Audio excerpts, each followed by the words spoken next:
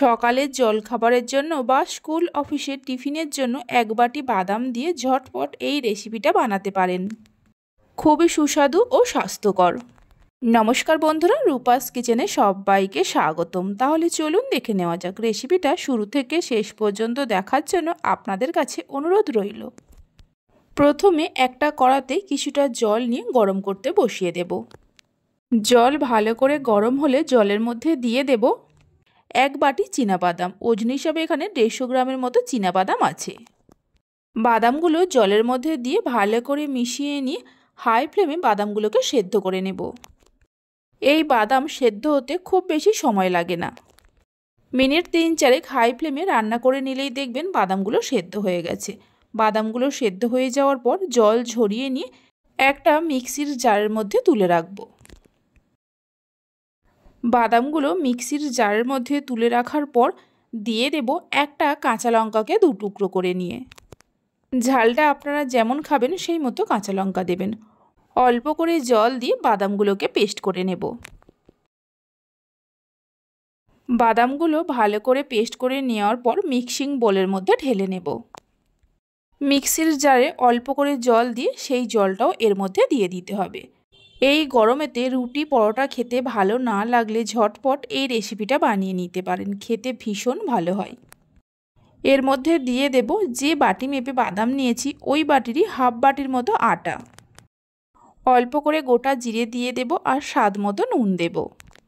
Half চামচের মতো চাট মশলা দিয়ে দেব। অল্প করে হলুদের গুঁড়ো দিয়ে দেব। প্রথমে সব কিছুকে খুব ভালো করে মিশিয়ে নিতে হবে। এই ব্যাটারটাকে একটু থকথকে মতো তৈরি করতে হবে। সব কিছুকে মিশিয়ে নেওয়ার পর দেখুন ব্যাটারটা অনেকটাই ঘন, তাই এর মধ্যে অল্প করে জল দিয়ে দেব। জলটা দেওয়ার পর ব্যাটারের সঙ্গে ভালো করে মিশিয়ে নিতে হবে। দেখুন ব্যাটারের ঘনত্বটা ঠিক এরকম থাকবে। ব্যাটারটা তৈরি করে নেওয়ার পর সবশেষে দিয়ে দেব কিছুটা ধনেপাতা কুচি। আপনারা চাইলে পেঁয়াজকে কুচিয়ে নিয়ে দিতে পারেন। 1 চামচে 3 ভাগের 1 ভাগ দিয়ে দেব বেকিং পাউডার। বেকিং পাউডার আর ধনেপাতাটা ব্যাটারের সঙ্গে ভালো করে মিশিয়ে নেওয়ার পর গ্যাসের ওপর একটা ফ্রাই প্যান বসিয়ে দেব। আমি এই রকম ফ্রাই প্যানে বানাচ্ছি, আপনারা চাইলে তাওয়াতেও বানিয়ে নিতে পারেন। ফ্রাই প্যানের মধ্যে অল্প করে সাদা তেল দিয়ে তেলটা লাগিয়ে নিতে হবে। তেল লাগিয়ে নেওয়ার পর প্যানটা যখন গরম হবে কিছুটা করে ব্যাটার নিয়ে এইভাবে দিয়ে দিতে হবে। ব্যাটারটা দেওয়ার সময় অবশ্যই গ্যাসের ফ্লেমটা লোতে রাখতে হবে। আমি একসঙ্গে 4টে করে তৈরি করে নিচ্ছি। আপনারা চাইলে কড়াতে বা প্যানের মধ্যে একটা করেও বানাতে পারেন। এইভাবে একবার রেসিপিটা বানিয়ে দেখতে পারেন। খেতে খুবই ভালো হয়। বাড়িতে বানালে খেয়ে কেমন লাগলো অবশ্যই আমাকে কমেন্ট করে জানাবেন। ব্যাটারটা দেওয়ার পর গ্যাসের ফ্লেমটা লো টু মিডিয়ামে করে ঢাকা দিয়ে মিনিট 2-3 সময় ধরে রান্না করে নেব। 3 মিনিট পর ঢাকা খুলে এগুলোকে একটা একটা করে উল্টে দিতে হবে।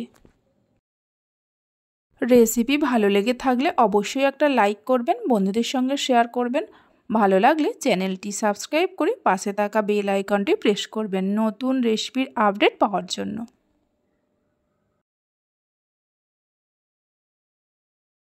সবগুলোকে উল্টে দেওয়ার পর এর ওপরে অল্প একটু করে তেল দিয়ে দেব। তেলটা দেওয়ার পর ঢাকা দিয়ে আবারও মিনিট 2-3 সময় ধরে রান্না করে নেব। অবশ্যই গ্যাসের ফ্লেমটা লো টু মিডিয়ামে রেখে।